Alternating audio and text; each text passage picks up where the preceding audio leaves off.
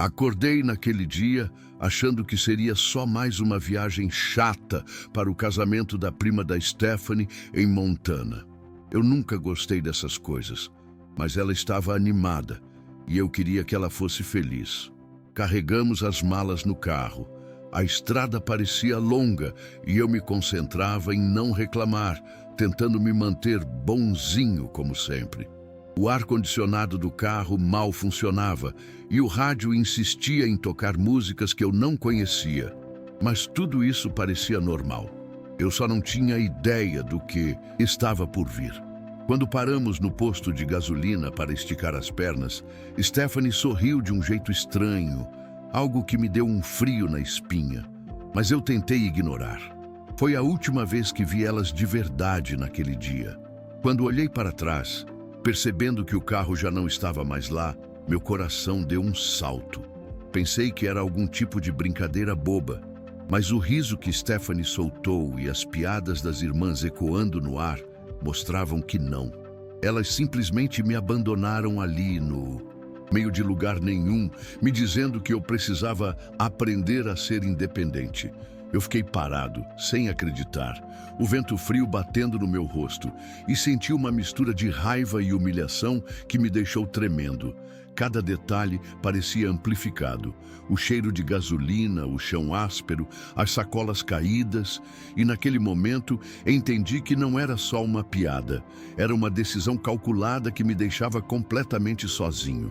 Fiquei ali, olhando o horizonte vazio, tentando entender como cheguei naquele ponto. Cada carro que passava parecia acelerar só para me ignorar. E eu sentia o peso de anos de pequenas humilhações crescendo de uma vez só dentro de mim.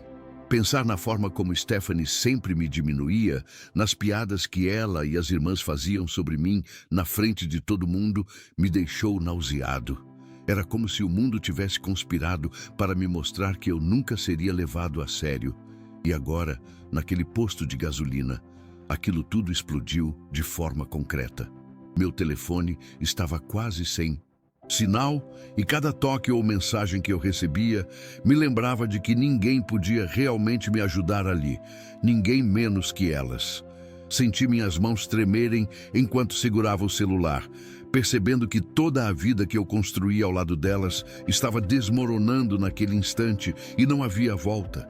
Caminhar pelo estacionamento, tentando pensar em algum plano, era sufocante. A humilhação física de estar sozinho misturada com a sensação emocional de traição me deixava paralisado. Lembrei de todas as vezes em que eu tentava falar sobre sentimentos e era ridicularizado, de todas as discussões silenciosas em que eu me calava para evitar brigas. E agora entendia que cada uma daquelas vezes havia sido um preparo cruel para este momento. Eu comecei a chorar baixinho, sozinho, no meio de estranhos que nem sabiam que eu existia, enquanto Stephanie e as irmãs estavam confortavelmente sentadas em algum restaurante, provavelmente rindo das minhas tentativas de ligar ou enviar mensagens. Cada segundo parecia durar uma eternidade, e mesmo com o sol quente batendo no meu rosto, eu sentia um frio profundo que não passava. Uma mistura de medo, raiva e tristeza que ainda me arrepia quando penso nisso hoje. Depois de um tempo, finalmente consegui ligar para meu irmão Kevin. A voz dele no telefone era firme, mas eu podia sentir a preocupação misturada com confusão. Tentei explicar o que havia acontecido, mas as palavras saíam aos tropeços, presas na garganta, enquanto eu tentava descrever a sensação de ter sido deixado sozinho, como se todo o meu casamento tivesse sido um teatro em que eu era apenas o bobo da corte. Kevin me ouviu em silêncio, e cada pausa dele parecia pesar mais do que minhas próprias palavras. Ele me disse para respirar, me prometeu que me buscaria e que, de alguma forma, íamos resolver aquilo. Mas naquele momento, no meio do nada, olhando para os carros que passavam sem se importar, senti uma mistura de alívio e desespero que não conseguia explicar. A adrenalina Me deixava tonto, mas cada segundo que passava sem que Stephanie aparecesse confirmava a crueldade do que ela havia feito.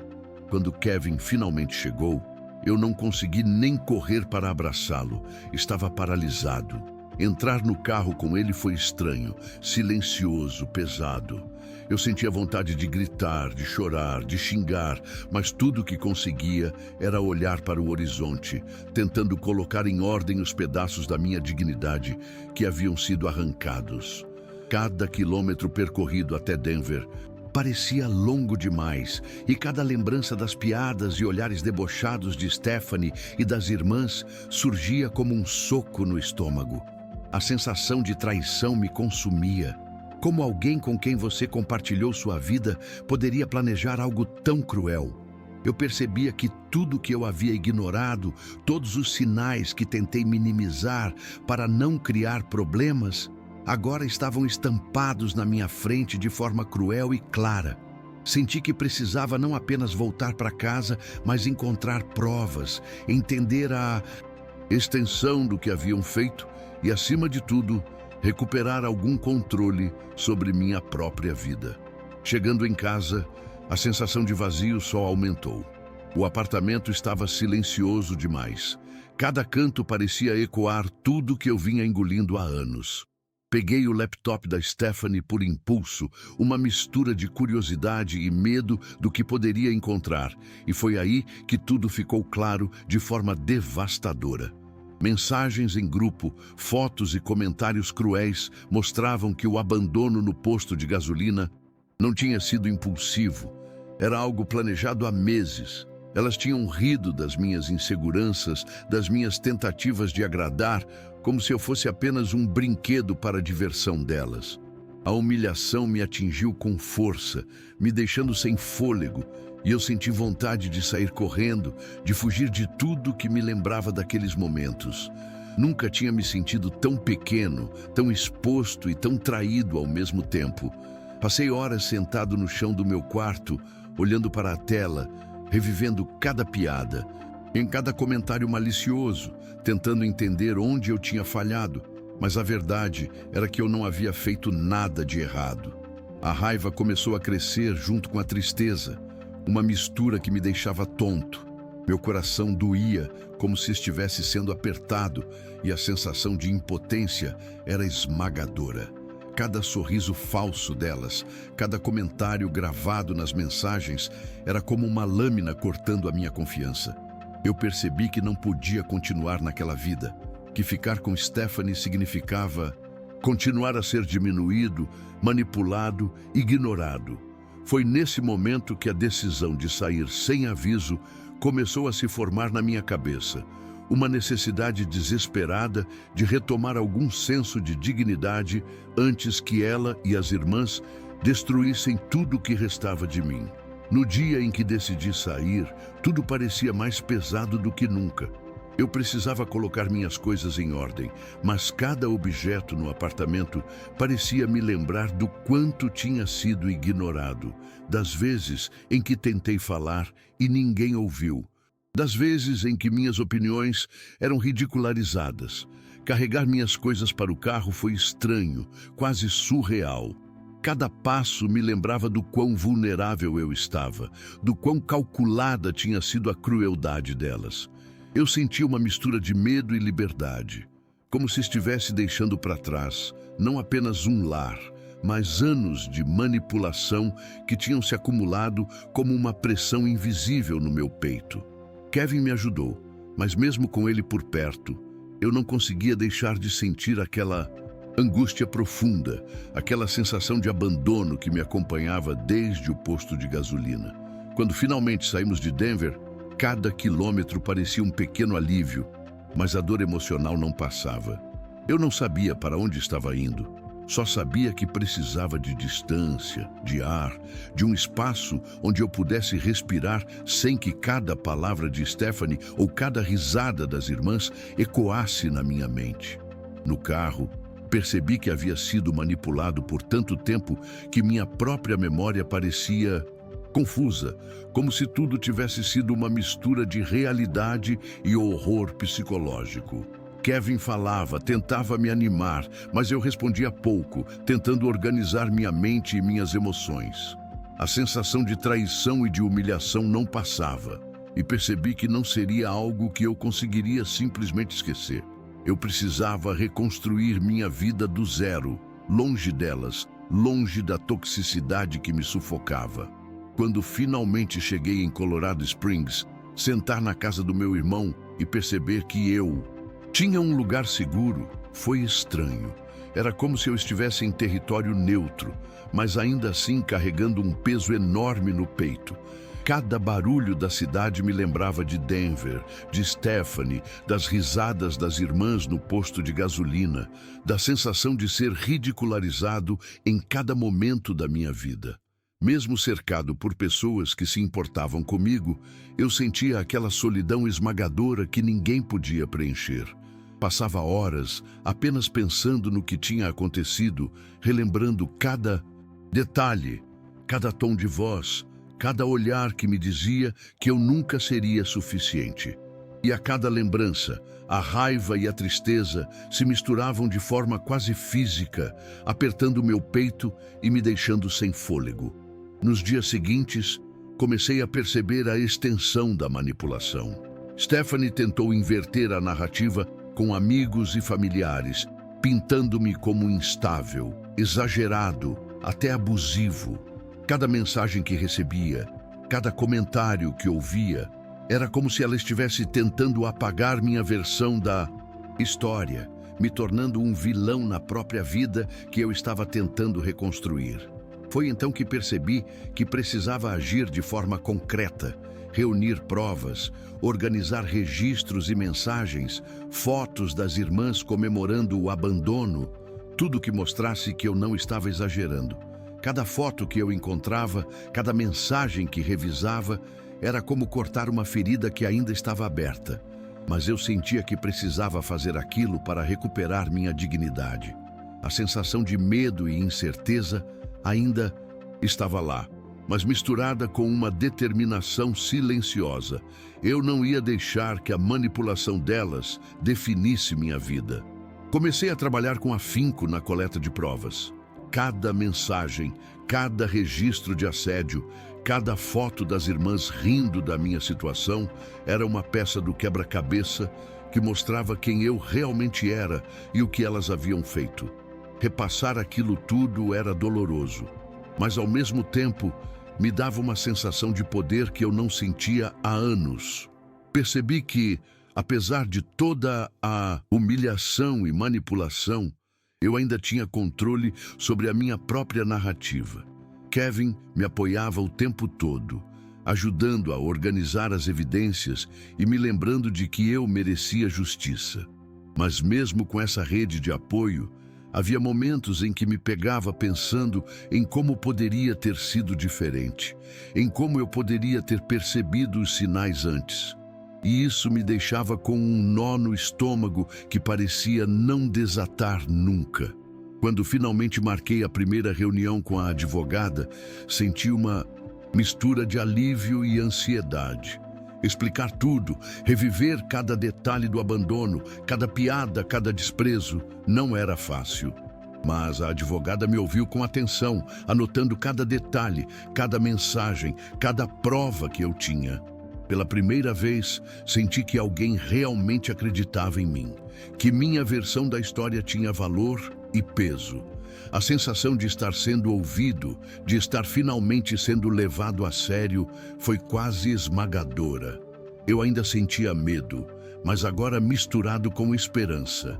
Pela primeira vez, percebi que talvez eu pudesse virar o jogo, que minha dignidade poderia ser restaurada e que o ciclo de manipulação finalmente poderia ser quebrado.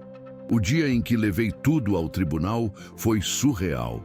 Entrar naquela sala, ver Stephanie e as irmãs lá, tentando me encarar com aquele sorriso debochado que eu conhecia tão bem, me deu um frio na espinha. Mas ao mesmo tempo, eu sentia uma força que não tinha há anos. Cada mensagem, cada foto que eu mostrava à advogada e depois ao juiz, desmontava a narrativa que elas tentavam pintar. Era como se cada prova fosse um tijolo que reconstruía minha história. E cada olhar de quem me escutava reforçava que eu não estava sozinho, que minha dor não era invisível. Senti vergonha, raiva e alívio ao mesmo tempo. Vergonha por tudo que tolerara, raiva pelo que haviam feito e alívio por finalmente poder contar a minha verdade sem que ninguém me julgasse sem ver os fatos. Quando o juiz começou a analisar as provas, senti algo que há muito tempo não sentia: esperança real. As evidências eram claras, implacáveis. As mensagens de grupo, os registros de piadas cruéis, as fotos das irmãs comemorando o abandono, tudo se encaixava perfeitamente. Stephanie tentava se manter firme, mas dava para ver a tensão, os olhos que buscavam apoio no vazio. Eu me mantinha calmo, respirando fundo, tentando absorver cada segundo, cada detalhe, porque sabia que aquele era o momento em que minha vida poderia finalmente mudar. Pela primeira vez em muito tempo, senti que a justiça não era só uma palavra vazia, mas uma possibilidade concreta. Senti minhas mãos paralisarem por um instante, meu coração acelerado, mas uma sensação de alívio começou a se espalhar pelo meu corpo.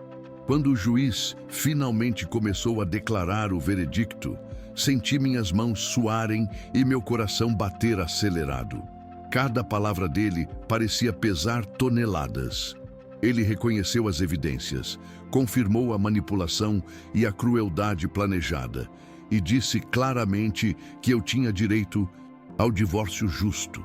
Naquele momento, uma onda de emoções me atingiu: alívio, raiva contida e uma tristeza silenciosa por tudo que tinha sido roubado de mim. Ver Stephanie e as irmãs mudarem de postura, tentando disfarçar o constrangimento, me deu uma sensação estranha, quase de vingança silenciosa, mas não era isso que me movia. Era a sensação de finalmente estar livre, de ter minha dignidade restaurada, de poder respirar sem carregar o peso do desprezo alheio a cada passo que dava. Nos dias seguintes, senti que minha vida começava a se reorganizar. O processo judicial havia acabado, mas o impacto emocional continuava forte.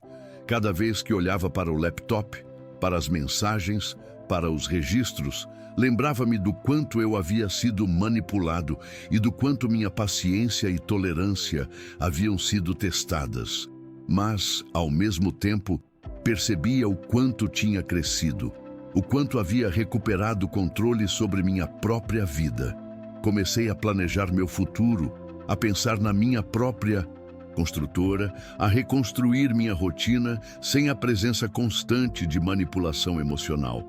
Cada passo que dava era um lembrete de que eu podia decidir meu caminho e que ninguém mais teria o poder de definir quem eu era ou merecia ser. Com o tempo, percebi como a distância de Stephanie e das irmãs me deu uma perspectiva que eu nunca tinha tido. Cada lembrança daquele abandono, cada comentário cruel que antes me consumia, agora servia como alerta do que eu não podia mais tolerar. Comecei a me concentrar em reconstruir minha autoestima, em recuperar a confiança em mim mesmo. E foi um processo lento, cheio de altos e baixos. Eu ainda sentia raiva às vezes, principalmente ao lembrar das risadas delas e da forma calculada como tudo aconteceu. Mas, ao mesmo tempo, havia um fio de orgulho que crescia dentro de mim. A certeza de que eu tinha sobrevivido, de que tinha reagido de forma madura e inteligente, mesmo quando tudo parecia perdido. Abrir minha própria construtora foi um passo simbólico, mas também prático. Cada contrato fechado, cada obra que começava, era uma prova de que eu podia me reerguer sem depender de ninguém que me diminuísse.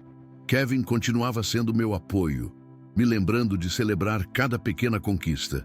E eu finalmente sentia que estava no controle da minha vida. Ao mesmo tempo, ouvia relatos de conhecidos sobre como Stephanie e as irmãs enfrentavam dificuldades sociais e profissionais por conta das ações delas. Eu não sentia alegria pelo sofrimento delas, mas havia um alívio silencioso de que a manipulação e crueldade não passariam despercebidas e que, de alguma forma, a justiça tinha sido feita, mesmo que não do jeito que eu imaginava no começo. Apesar de toda a reconstrução, ainda havia dias em que a lembrança daquele abandono me batia com força. Às vezes, eu estava sozinho em casa ou no escritório e, de repente, vinha à mente o momento exato em que Stephanie e as irmãs me deixaram naquele posto de gasolina. A sensação de estar completamente exposto, sem ninguém para me ajudar, voltava como um soco no peito. Eu sentia o arrepio percorrer meu corpo, a raiva se misturando com a tristeza e percebia como havia sido manipulado por tanto tempo sem perceber. Mas, em vez de me quebrar, essas lembranças começaram a me fortalecer, lembrando-me do quanto eu precisava valorizar a minha independência e o respeito próprio que havia reconquistado. Aprender a confiar em mim mesmo novamente foi um processo que levou tempo. Cada pequena decisão, desde administrar meus negócios até escolher como me relacionar com outras pessoas, era um teste silencioso da minha força emocional. Ainda sentia uma pontada de amargura ao pensar em Stephanie, mas a maior parte do meu foco estava em reconstruir minha vida de forma saudável, sem a sombra da manipulação constante. Kevin e eu compartilhávamos momentos que antes pareciam impossíveis, conversas longas, risadas sinceras, até planejando projetos futuros. Pela primeira vez em muito tempo, eu sentia que estava vivendo para mim, e não mais tentando agradar ou sobreviver às expectativas cruéis de outros. Hoje, olhando para trás, ainda me surpreendo com a intensidade do que aconteceu naquele dia no posto de gasolina. É estranho como algo tão rápido, apenas algumas horas, conseguiu mudar completamente minha vida, minha percepção sobre quem eu realmente era e quem eu deveria deixar entrar na minha vida. Ainda sinto um frio na espinha quando lembro das risadas e dos olhares de deboche de Stephanie e das irmãs, mas também sinto orgulho da forma como consegui sobreviver, reagir e, acima de tudo, manter minha dignidade intacta. A experiência me ensinou a nunca mais ignorar sinais de manipulação e a valorizar minha própria voz acima de qualquer relacionamento tóxico. Cada passo que dei depois disso foi um lembrete silencioso de que, mesmo nos momentos mais cruéis, há uma chance de recomeçar. O mais estranho de tudo é que, apesar de toda a dor, do abandono planejado e da humilhação, não consigo explicar exatamente como aquilo simplesmente parou. Não houve um clímax dramático, nenhuma vingança espetacular acontecendo naquele instante. Foi só o silêncio depois do caos e a sensação de que, por mais que eu tentasse entender, aquilo simplesmente aconteceu e acabou. Até hoje, fico com a lembrança vívida daquele dia e, às vezes, ainda sinto o arrepio no corpo, como se estivesse lá de novo. Mas, ao mesmo tempo, existe uma força silenciosa que me lembra que sobrevivi, que reconquistei minha vida e que ninguém mais pode definir meu valor. Aquilo me marcou para sempre, mas também me libertou de uma vez por todas. O que eu aprendi com tudo isso é que ninguém pode roubar sua dignidade se você não deixar. Por anos, eu ignorei sinais, desculpei atitudes cruéis e tentei manter a paz, mas no fundo estava me perdendo. O abandono planejado de Stephanie e das irmãs me mostrou de forma brutal que precisamos valorizar nossa própria voz e confiar na nossa intuição. Não se trata de vingança, mas de perceber quem realmente merece estar na nossa vida e quem só está ali para nos diminuir. A experiência me ensinou que não precisamos aceitar humilhação ou manipulação, mesmo de quem chamamos de família ou parceiro. E a lição mais importante que quero deixar é: você precisa se colocar em primeiro lugar. Reconstruir minha vida, abrir minha própria construtora e me cercar de pessoas que realmente se importam comigo me mostrou que a liberdade emocional é mais valiosa do que qualquer conforto ilusório que relacionamentos tóxicos possam oferecer. Não importa quanto tempo você levou para perceber, o que importa é tomar uma atitude antes que o desgaste emocional seja irreversível. Aprendi que mesmo nos momentos mais cruéis, há força dentro de nós para recomeçar, e que a verdadeira justiça muitas vezes não vem de vingança, mas da nossa capacidade de reconstruir a própria vida com dignidade.